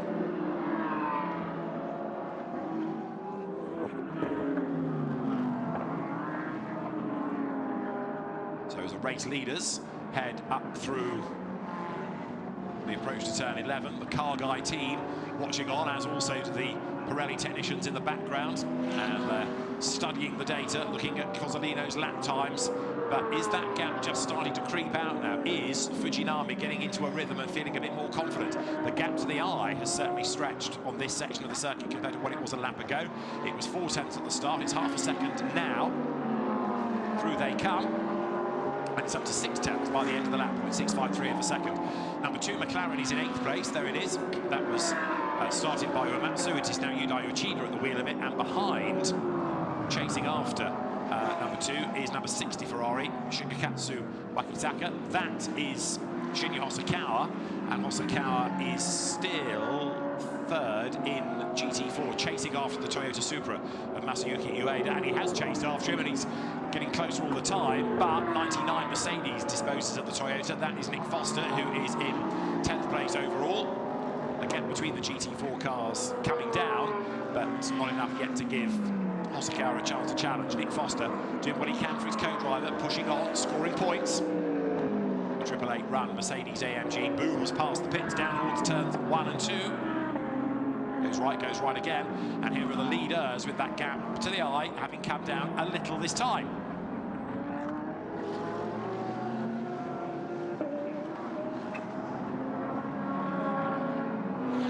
So right now, as they accelerate round the outside of Kazuhiro Sakai's Mercedes and now make that climb up the hill, Kei Cozzolino is certainly coming back at Fujinami for the lead, but he's running out of time now. Look, 13 minutes to go.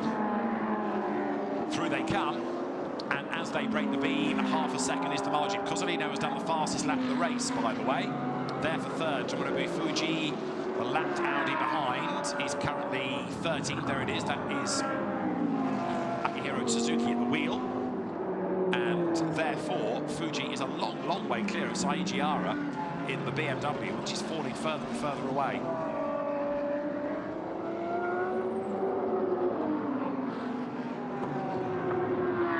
Ara shown as being something like 20 seconds back. His last lap was 3/10 slower, so he's not losing massive amounts, but he has lost a big chunk early on as there Tomonobu Fuji dives past the Mercedes coming out of turn 7. That was all a bit brave.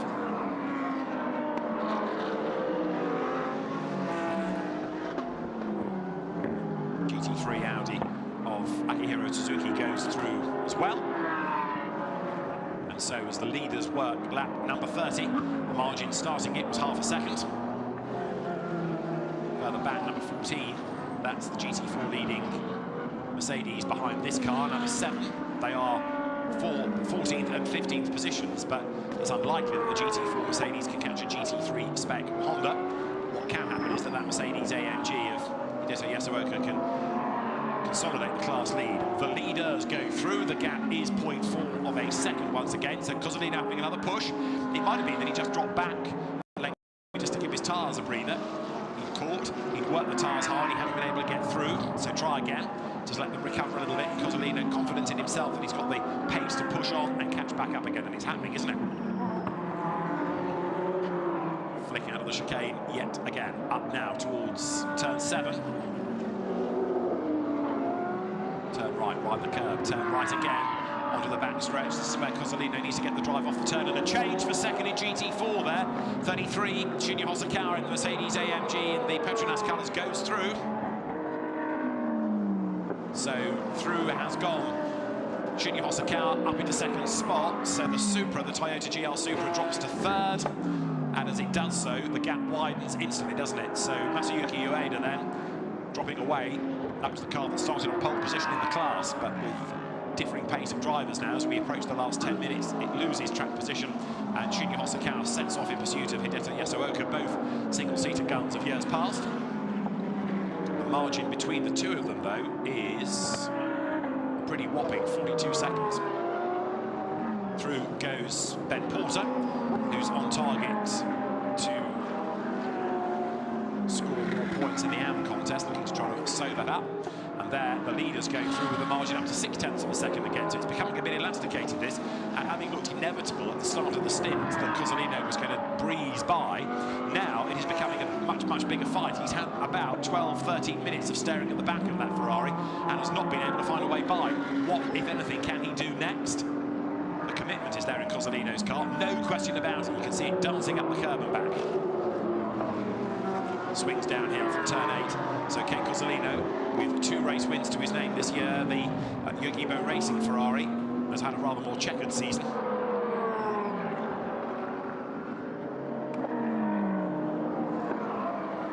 But certainly overdue a podium, a win. So those two, both quick drivers for Yogibo. Naoki Yokimitsu and Kyoto Fujinami. Tomonobu Fuji turns through in a rather distant third place now, but still keeping that gap over Saiji Ara. Ara to Tong is 2 seconds, so fourth might change before the end. Sean Tong last time had been a little bit quicker than was the BMW. Again, look, Cozzolino drops back coming out of the last corner, and there, number 91 is Sean Tong. He's just put a lap on the Honda. That's not a change for place, it's a lapped car. Number 7, Sujiko, drops back a lap. But you can see the way that Sean Tong is closing now onto the back of Saiji Ara. So that's what the Audi should look like. And that's what it does look like after the damage on the left-hand side. A legacy of the incident at the start of the day in Q1. The car didn't get out at all in Q2, so Sean Tong's got a lot of work to do come tomorrow's race. Very, very twitchy out of turn 13 there. Drifts up towards the white line, very nearly a wheel onto the grass, but he's got away with that. 8 minutes on the clock. The weather forecast that said rain at 5 has also fibbed, because we've gone past the witching hour and the road is about as dry as it can be. There, the leaders in traffic, putting a lap on Ben Porter, then the Supra of Ueda, and Porter's got to put a lap on him as well. But right now, Fujinami is looking strong, isn't he? Anything that's been thrown at him, he seems to have an answer to.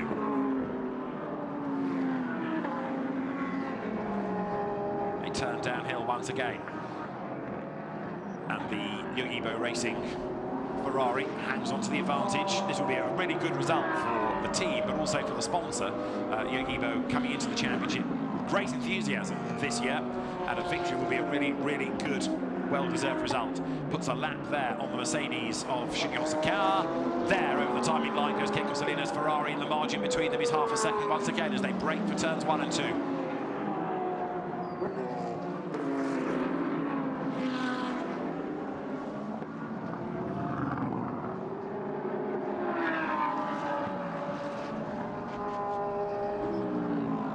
Number 16, then the AWS Motorsport McLaren Keita Sawa at the wheel.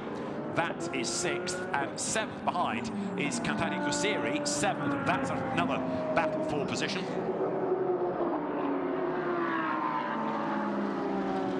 So the race leaders head over the timing line. Kantani Kusiri, who's been a bit ragged on occasions, done a very good job in this stint, got the car into contention and goes over the timing line. One thing that's becoming more apparent is that the wind has picked up outside. The flanks are being blown rather more energetically, so it might be that the weather is changing for the worse. Can we get away with 6.5 minutes before any precipitation arrives on the scene? Together they run here, and Kantani Kusiri could get 6th by the end of the race. He's got time on his side. It's a good fight, this, and that car has recovered well from its dramas of earlier on.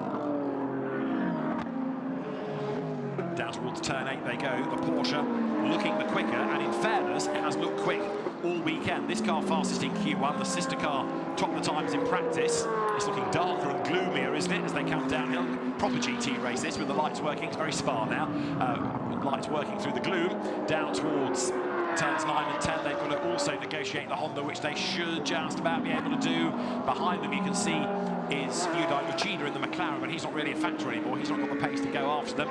So as here, Kantani Kusiri drops downhill, chasing still after number 16, the McLaren in the hands of Keita Sawa. They climb the hill again.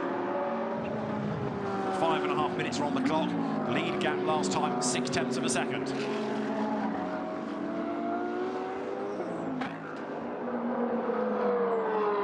Over the line they turn, down towards turns 1 and 2 now. And there are the race leaders, and they are making their way towards turn 11, and as they do so, they've got another lap to put onto the Kazuhiro Sakai Ferrari, and now Cozzolino is closer than he's ever been, gets a tighter line, almost NASCAR style, tries to get underneath the Yogibo Ferrari, but that's got a better drive out of the corner. This is where the gap stretches, and so Cozzolino had a really good go coming into the last corner. By the exit of it, the gap has stretched again. So Cozzolino spending a lot of the lap trying to get onto terms with the leader, and then loses it at that last corner. Half a second it was when they went across the line, but now with only 4 minutes and change on the clock, things are not looking quite as obvious for the race winner. They're certainly not suggesting now that it's going to be Cozzolino to do it. He looked to shoe in earlier, but not anymore. Anything he's tried, to be fair to Fujinami, it's been countered. So Fujinami prevails for the moment. Turn right, drop down the hill. So Kei Cozzolino did the fastest lap of the race in his pursuit of the leader. He's got himself to within striking distance, and there he has stayed for lap after frustrating lap. He just cannot make the move. Again, they turn right out of Horseback Corner, and now the run towards the completion of lap number 36. These two running together, the two Ferraris, with yet more traffic up the road. The gap of the last intermediate down to 0.4 of a second. So again, Cozzolino is quick. Now, he doesn't arrive at the corner as close, but let's see whether he is going to be closer by the top of the brow. We're probably only looking at 3 more laps, maybe 4 here as they come up towards the line. 3.5 minutes are on the clock. Through they turn, into turn 1, 0.4 of a second. 0.448 last time. So Ken Cozzolino, the pattern is that this car wins the first race of the weekend. He's going to have a real dive, and is the dive on? Well, they need the car for tomorrow, but he closes right up under braking. The team will be telling him of traffic up the road as well. They'll be giving him data on the pace of the Yogibo racing car of Fujinami up the road, telling him where it's strong, where it's not so strong. They put a lap there on Mineki Okura, who's dropped back into 11th in the Lamborghini. Up the curb goes Cozzolino, looks for the inside at turn 8, door closed. He's trying to unsettle as much as get past the Yogibo Ferrari.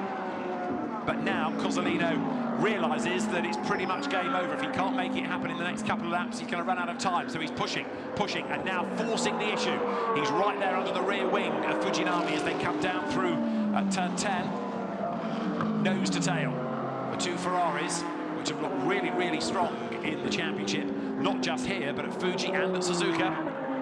It was a Porsche and Mercedes split of wins in Malaysia at Sepang at the start of the season.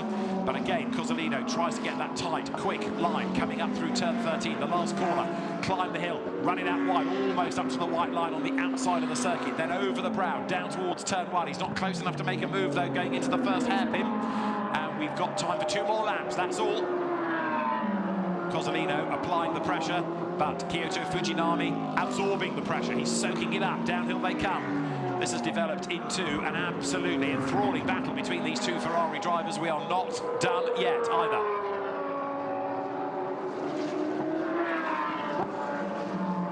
They come now up through the S's. Kei Cozzolino still trying to find a way of getting ahead of the Fujinami Ferrari. He had a look at this part of the circuit last time, didn't work. He's not quite able to make a move on this lap, but he is still there, hunting him down.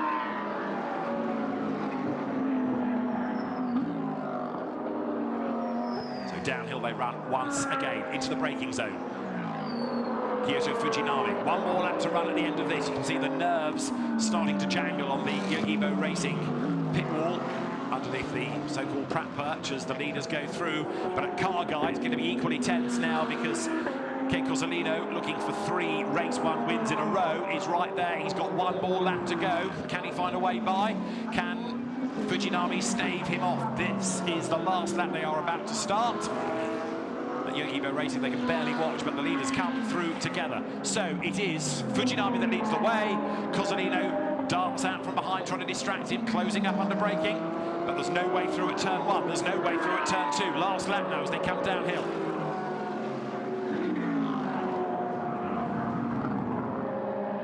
Less than 2.3 miles to go. A back marker up the road. That could be absolutely crucial for Cozzolino. Through they turn, into the S's, left, then flick right. A big sausage curve there to deter you from straight lining it. And with a flash of the lights to warn Hideki Yasuoka, the GT4 leader, of their presence. Fujinami turns onto the back straight, almost seems to stop the car on the apex there to prevent Cozzolino from being able to find a way up and past him as they now come down that back stretch. The indicator on from Yasuoka to say, I'm going to get out of the way of one of you, of 2 of you. They both go through, but there, no opportunity for Cozzolino to dive against the leader. And I think he's had his best shot now because the next section is where traditionally he is not quite so strong. So Kei Cozzolino then looks as though, despite having sat on the back for all of his stint, he ain't going to be able to do it. Through they turn, heading up now towards the completion of not only lap 39, but of round 7 of Fanatec GT World Challenge Asia, powered by AWS. And it is going to be, finally, a win for Yogibo Racing, for Naoki Yokomitsu and Kyoto Fujinami. They take the checkered flag to take the race win. Kyoto Fujinami has done a brilliant job of withstanding the pressure, and a really frustrated Kei Cozzolino finally gets past him on the slowing down lap as there for 3rd. Tomonobu Fuji and Satoshi Hoshino take their first podium of the year as well. But a great effort by the Yogibo Racing team. Big frustration, as I say, for Kei Cozzolino, not able to make a proper move. It's not easy to overtake around here, but he tried everything. He had a go, he applied the pressure. So, Kyoto Fujinami and Naoko Yokomitsu, the winners, from Kei Cozzolino and Takeshi Kimura. And then 3rd, Tomonobu Fuji and Satoshi Hoshino. There'll be a GT3 Pro-Am podium, and that was won by Cozzolino and Kimura from Fuji and Hoshino. And then 3rd in Pro-Am, Saijiara and Tomohiro Yamaguchi. There'll also be a GT3 AM podium, and the winning GT3 AMs, the McLaren drivers of Tadao Uematsu and Yudai Uchida. 2nd of the AMs Mineki Okura and Hiroshi Hamaguchi, and the third, AM's Andrew McPherson and Ben Porter. Confirmation of the overall GT3 winners, however, of Kyoto Fujinami, who's taken the flag, and co-driver Naoki Yokomitsu. Great effort by both of them as the car now makes its way down the pit lane and the celebrations can get underway. We've also got GT4 podiums. There is the Silver AM and AM.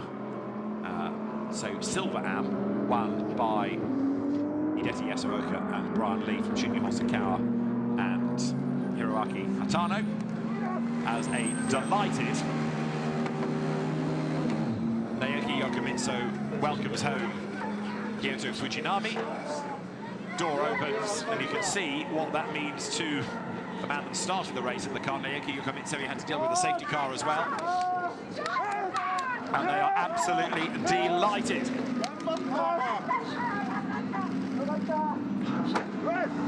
Brilliant stuff. Kyoto Fujinami withstanding all of that pressure. Comes home the winner. There's the GT4 winning car. Brian Lee and Hideto Yasuoka, who brings it down the pit lane. In the AM contest, it was the Toyota that won the class there. Masayoshi Oyama and Masayuki Ueda taking the win from Kazuhiro Sakai and Masaki Fuji. Well, there is the winning Ferrari under the winner's arch, the Yogibo sponsored arch. So a very, very happy team, and an overdue result, I think you can say.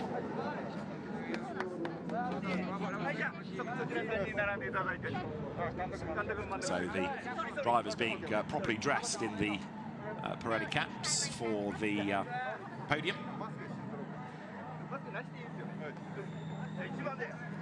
And so in a moment or two we'll be able to hear from the winning drivers, and it'll be a very, very happy Kyoto Fujinami and Naoki Yokomitsu. They have finally come good. Naoki Yokomitsu, Formula 3 racer, GT racer for many, many seasons past as well.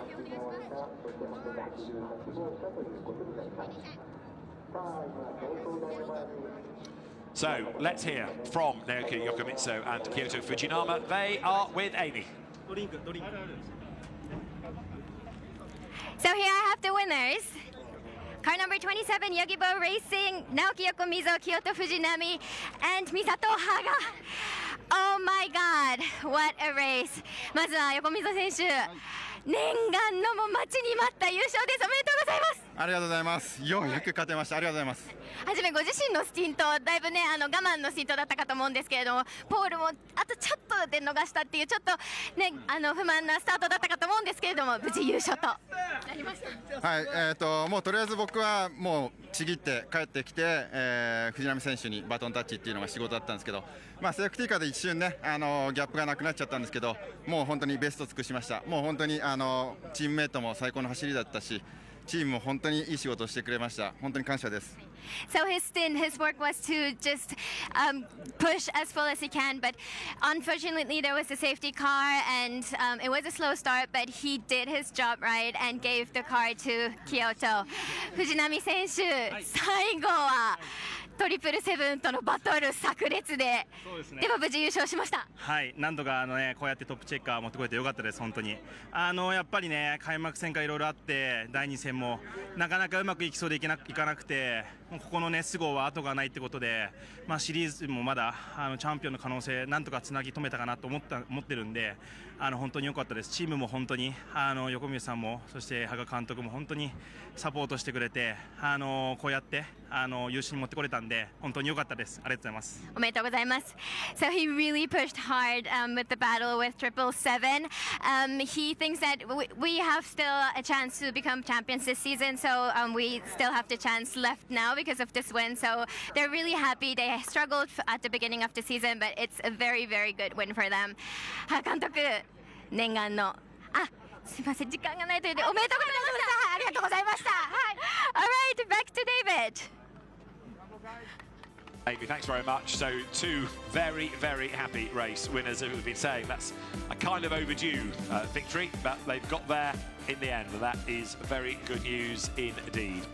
So the drivers head towards the podium as we have a look back at the best bits of race one, and it all kicked off at the first corner, didn't it? As up the inside went the Tadao Uematsu McLaren. That tagged 18, the pole car of Tanatsu Tirinkul, into a spin where it was tagged pretty heavily by the Mercedes that got going, but the damage on that front right corner with the suspension broken enough ultimately to put the car off into the gravel. There it got stuck. That brought out the safety car. When the race got back underway, SRO Tirinkul set about overtaking the car of Andrew McPherson, went through on the inside, snatched that place away, and the battles raged on as the field continued. We had Jeffrey Ibrahim coming under attack from SRO Tirinkul as well in that first stint, but the Porsche was looking very rapid indeed, and this was a big committed move by Tanatsu Tirinkul on the inside line. Breathed in, committed, and went through on the inside line into turn one. And that car ultimately coming home in 7th place. Another good battle lower down, David Pern versus Hiroshi Hamaguchi. The Lamborghini forcing its way up the inside out of the last corner, side by side over the line, and the Lamborghini breaking that fraction later for Hamaguchi to take the place into turn one. Pit window opened, and second and third came in together. That was Takeshi Kimura just ahead of Yusuke Yamasaki. Yamasaki got a penalty for breaking the pit lane in white line, and then on the exit of the pits, treble 7 now with Kei Cosolino at the wheel, got involved with Tanatsu Tirinkul, tried to stay ahead, didn't stay ahead, although they got pretty close at times. The Ferrari of Cosolino would not give way, nor should it. Went back through on the inside. SRO Tirinkul making a pit stop at the end of that lap, but was absolutely determined to try to find a way by if he could. Tomonobu Fuji making his way up a place on the road, getting ahead of Yorikatsu Tsushiko, but then the Aston Martin would just lose pace. Although it would finish in third, it was a rather distant third compared to the opposition. For the race lead, it was all about the two Ferraris as Kei Cosolino chased after Kyoto Fujinami. Another big push further down from Kantati Kusiri brought him onto the tail of Kaita Sawa. For the race lead, the two Ferraris were virtually inseparable, but everything Cosolino tried, it seemed as though Fujinami had an answer. And in the end, the Yogibo Racing Ferrari would take the race win in the hands of Kyoto Fujinami and Naoki Yokomitsu, as Brian Lee and Hideto Yasuoka took another win in GT4. So, race one of the weekend completed. We've escaped the rain, and let's just confirm those results as the winners, Naoki Yokomitsu and Kyoto Fujinami, by just 0.411 of a second, fend off Takeshi Kimura and Kei Cosolino, and then Tomonobu Fuji and Satoshi Hoshino in third place. Tomohida Yamaguchi and Saiji Ara fourth, David Pun and Sean Thong fifth, ahead of then Hiroshi Koitsumi. Kaita Sawa's McLaren, that was sixth. The delayed Porsche of Tanatsu Tirinkul and Kandati Kusiri seventh, ahead of the Tadao Uematsu and Yudai Uchida car in 8th place. 9th going the way of Nick Foster and Jeffrey Ibrahim, and then 10th to the number 60 Ferrari of Kei Nakanishi and Shigekatsu Wakisaka. We are ready then for the podium. Dignitaries are ready, and the signal can be given to get the podium underway. Ladies and gentlemen, welcome to the podium ceremony for race one of the Fanatec GT. So the drivers call forward, and it will be the first of 5 podiums. The overall GT3 podium coming up first, and so for third place we are going to have the D Station Racing combination of Satoshi Hoshino and Tomonobu Fuji. Their first podium of the season. Out come the Aston Martin drivers in seconds, after trying everything to find a way through into the lead, but it was not quite to be. Takeshi Kimura and Kei Cosolino for Car Guy Racing. Handshakes all round, and as they met their way to the podium, already out because they are keen to celebrate their win, Naoki Yokomitsu and Kyoto Fujinami, the winners of round 7 of Fanatec GT World Challenge Asia, powered by AWS. And now to make the presentations, Wataru Endo, the president of Sportsland Sugo, will come to the podium, and the trophies for the drivers at the far end for the third place.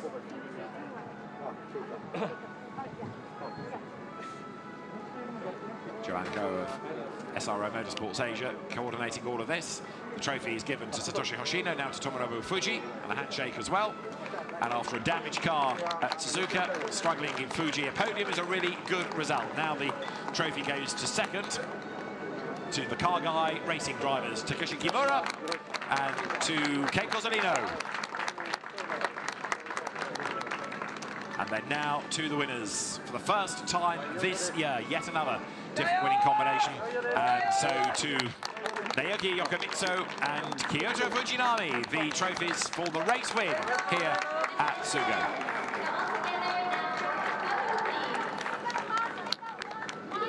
Drivers now all encouraged to huddle together for the group photograph, masks off for the photo.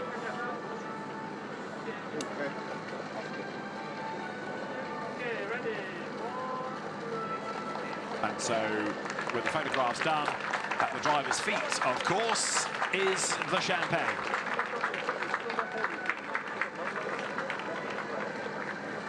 Ferrari, Aston Martin, then the top three.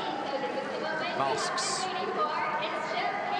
set to go back on, but not just yet, because without a mask you can get wetter with the champagne, and Kei Cozzolino might not have been able to win the battle on the track, but he can on the podium. Gets the champagne all over the Yogibo racing drivers, first of all. The Aston Martin pilots join in. Satoshi Hoshino joins in the saturation of Naoki Yokomitsu, who gets a bottle down the back of his neck. So does Kyoto Fujinami as well there. Fujinami nearest to us. Hopefully they have spare overalls for tomorrow.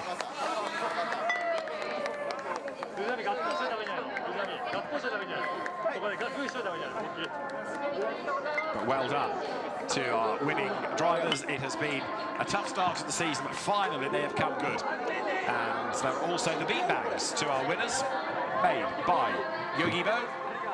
And there, after all that exertion, it's time for a sit down.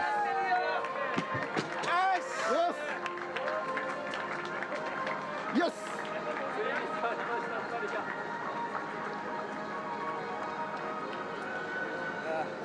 Kyoto Fujinami and Naoki Yokomitsu, winners of race 1 here at Sugo.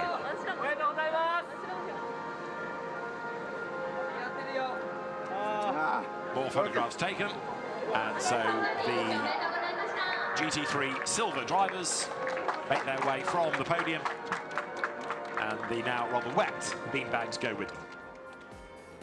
So let's have a look at the results once more. A win for Naoki Yokomitsu and Kyoto Fujinami from Takeshi Kimura and Kei Cozzolino in second, and then Tomonobu Fuji and Satoshi Hoshino taking third. Fourth to Tomohiro Yamaguchi and Saiji Ara, ahead of David Pun and Sean Tong.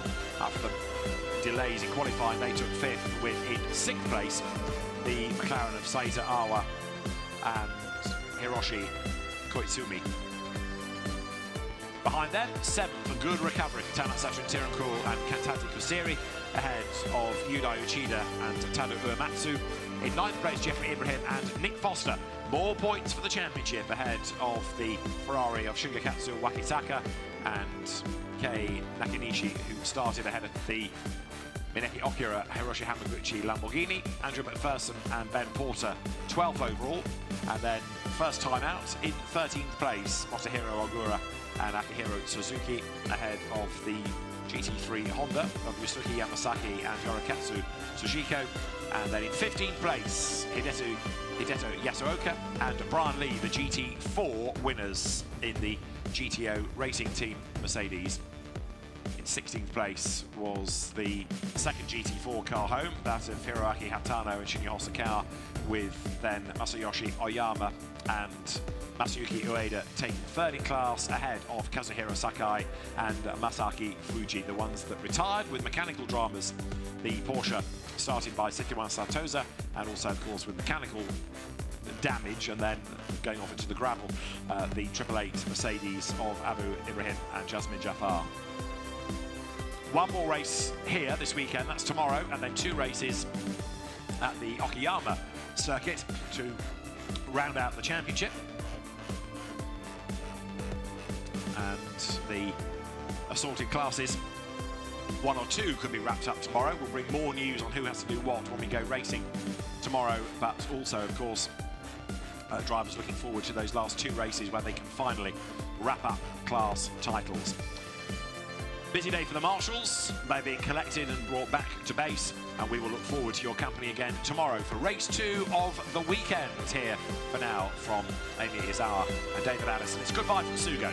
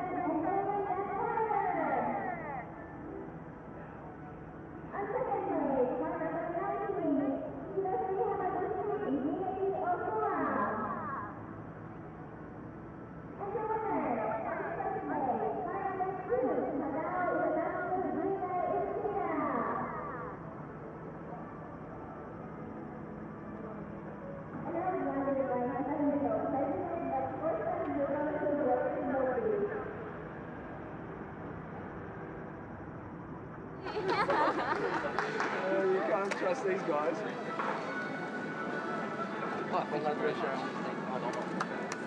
For Andrew McPherson, first of all, in the orange overalls. So McLaren, Lamborghini and Porsche all represented on the podium, which underlines the variety in the championship. To Okura and Hamaguchi, the trophies for second place. And now to Tada Uematsu and Yudai Uchida, the trophies to the GT3 AM winners. I don't know, concentrate, Andrew. He's being filmed right now. Take off your mask. So masks off for the group photograph. Everybody smiles. Ben Porter and Andrew McPherson edging closer to the championship, which could well be wrapped up tomorrow in the AM category. So the champagne is at the ready.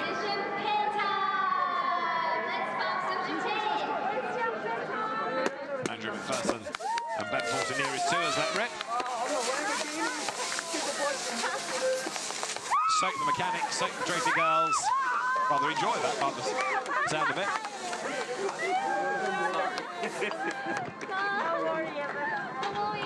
And the clink of the bottles, but good effort as ever by Andrew McPherson and Ben Porter. Andrew a regular as well in World Challenge Australia, but certainly enjoys racing in this championship as he has in its previous iterations of seasons past. So our GT3 drivers done. They make their way off the podium. We've got 2 GT4 ceremonies still to come. The GT4 Silver AMs and then the AM AMs, the all-AM class, to be conducted yet.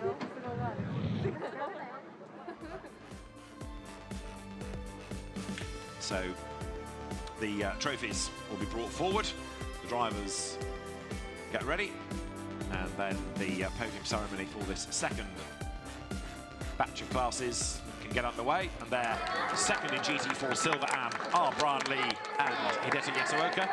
In the, sorry, I'll tell you a lie, there are Shimi Hosokawa and Hiroaki Itano in the Petronas livery with Mercedes AMG, and they're the winners, Brian Lee and Hideta Yasuoka, as the class winners in the Silver AM element of GT4, and that is a maiden victory this year, as once again Wataru Endo, the president of Sportsland Sugo, hands over trophies to second first of all, and then to the race winners.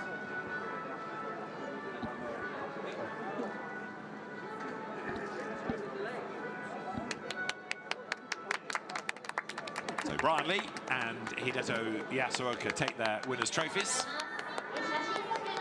Now they will focus for the cameras. Masks off.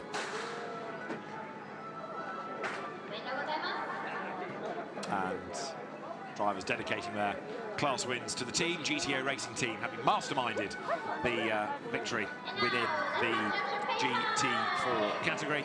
The champagne is ready. Drivers are about to get wet. And as they do so, the celebrations are underway in GT4. A first win for Brian Lee and Hideto Yasuoka.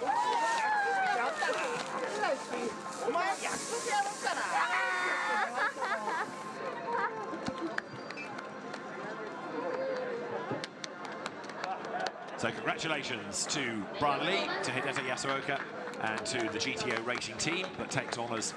And then there's one more podium to go, and that is for the AMS. And that was where we had a Toyota win, the GR Supra GT4 of Akiland Racing. Masayoshi Oyama's car, shared by Masayuki Ueda, taking the class victory. And in a moment or two, they will be brought forward along with their runners-up. Kazuhiro Sakai and Masaki Fuji, who will step to the podium first up. Out they come. So the Comet Racing Mercedes drivers. And then now Masayuki Ueda and Masayoshi Oyama step forward. It was Oyama who got pole position in the car. And the victory. GT4, of course, a perfect entry-level way into GT racing as Wataru Endo steps forward again to present the trophies. GT4 very, very popular around the globe. And it's a good way of learning about GT racing, learning about the circuits without the bright spotlight and the massive commitment, and perhaps for inexperienced drivers, the complications and the pressure of driving GT3 cars. And we look forward to when travel is a bit easier, more GT4 cars coming onto the grid next season. So the drivers pose with their trophies, and congratulations to class winners Masayoshi Oyama and Masayuki Ueda. They are victorious at the end of our first race of the weekend in the AM class of GT4. The champagne is ready for them. The celebrations can get underway. And, of course, happy teams, not only taking a win, but also not having to think about too much work overnight. Cars coming back in one piece. And despite people's fears, given that it's a narrow circuit and a difficult circuit, only really one incident has caused any damage to a car. And hopefully that won't be too arduous to sort out for Triple Eight overnight. It's a crack team, so we'll hopefully have no dramas in the system for 888 going into tomorrow's race. Congratulations then to the GT4 drivers, and all of our winners now make their way off the podium and go and have a word with their teams in readiness of race 2 tomorrow. We'll look forward to that, which should be another really good race tomorrow, and with drivers having learnt a bit more about the circuit and the way their cars behave around here, could have one or two surprises. Join us for race 2 tomorrow. Again, for now though, from Amy Izawa and David Addison from Sugo, goodbye.